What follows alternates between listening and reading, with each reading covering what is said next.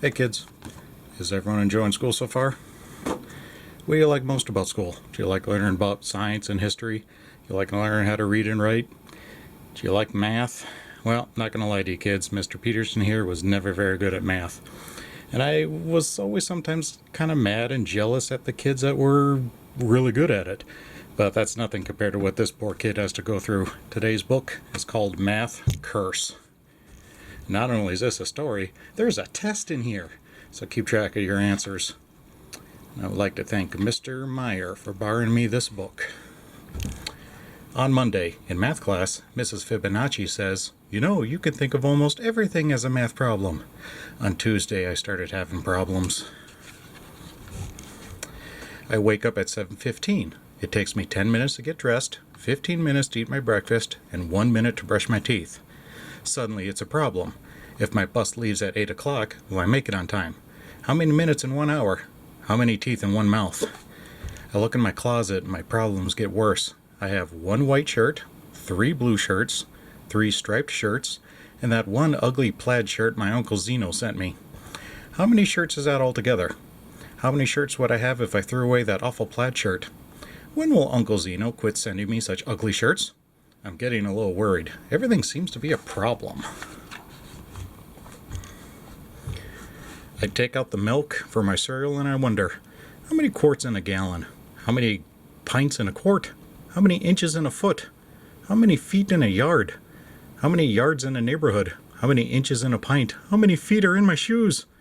I don't even bother to take out the cereal, and I don't want to know how many flakes are in the bowl. Mrs. Fibonacci has obviously put a math curse on me. Everything I look at or think about has suddenly become a math problem. I try to get on the bus without thinking about anything, but there are 5 kids already on the bus. 5 kids get on at my stop, 5 more get on the next stop, and 5 more get on the last stop. True or false? What's the bus driver's name? Mrs. Fibonacci has this chart of what month everyone's birthday is in. Which month has the most birthdays? Which month has the fewest? Why doesn't February have a W? Don't you think this chart looks sort of like a row of buildings?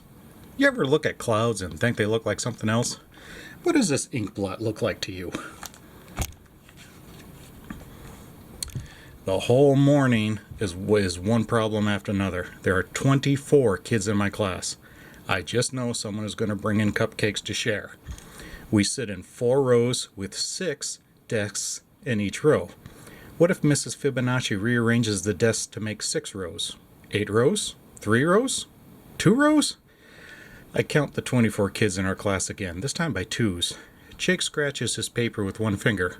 How many fingers are in our class? Cassie pulls Eric's ear.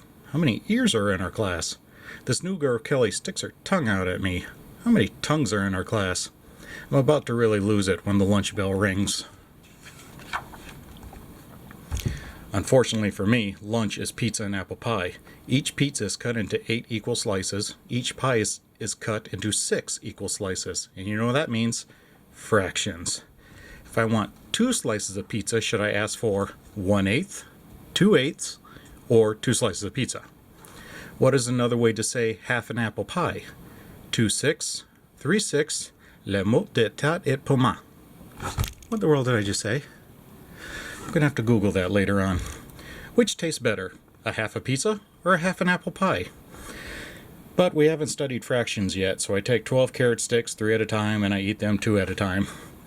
In the afternoon, every subject is a problem. Social studies is a geography problem. The Mississippi River is about 4,000 kilometers long. An M&M is about 1 centimeter long. There are 100 centimeters in a meter and 1,000 meters in a kilometer. Estimate how many M&Ms it would take to measure the length of the Mississippi River. Estimate how many M&Ms you would eat if you had to measure the Mississippi River with M&Ms. Bonus question, can you spell Mississippi without any M&Ms? English is a word problem. If mail plus box equals mailbox, does lipstick minus stick equal lip? Does tuna fish plus tuna fish equal forna fish? Phi-Ed is a sports problem. In 1919, Babe Ruth hit 29 home runs, batted .322, and made $40,000.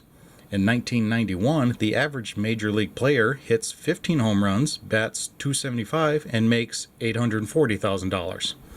Circle the correct answer. Babe Ruth is less than the average modern baseball player, Babe Ruth is greater than the average modern baseball player, or Babe Ruth is equal to the average modern baseball player. In art, we finally get to relax with a connect the dot picture. Here's my picture. Too bad it turns out to be a connect the ancient Mayan numerals picture. Math is just a total problem. Mrs. Fibonacci says there are many ways to count. She asks us to give us some examples. Russell counts on his fingers 1, 2, 3, 4, 5, 6, 7, 8, 9, 10. Molly says 2, 4, 6, 8, 10. Mrs. Fibonacci says I always count 1, 1, 2, 3, 5, 8, 13. But on the planet Tetra, kids only have 2 fingers on each hand, so they count 1, 2, 3, 10. And on the planet Binary, kids only have 1 finger in each hand. They count 1, 10. What do you think the next 5 numbers are in each sequence? Do you think Mrs. Fibonacci has ever been to the planet Tetra? How would you bowl if you lived on the planet Binary? We are about to go home when Rebecca remembers the special birthday cupcakes her mom made. There are 24 kids in the class. Rebecca has 24 cupcakes. So what's the problem? Rebecca wants Mrs. Fibonacci to have a cupcake too. Everyone is going crazy trying to figure out what fraction of a cupcake each person will get. I'm the first person to figure out the answer. I raise my hand and tell Mrs. Fibonacci I'm allergic to cupcakes. Everyone, 24, believes me and gets 1 cupcake. No one, 0, has to figure out fractions. I stagger out of school. I'm a math zombie now. I have to try to find something to break this math curse. I decide to try chocolate. My favorite candy bar is usually 50 cents. But guess what? Today it's on sale for 50% off. Alright, let's see. Well, A is the number of the letters in your first name, B is your age, and C is your shoe size.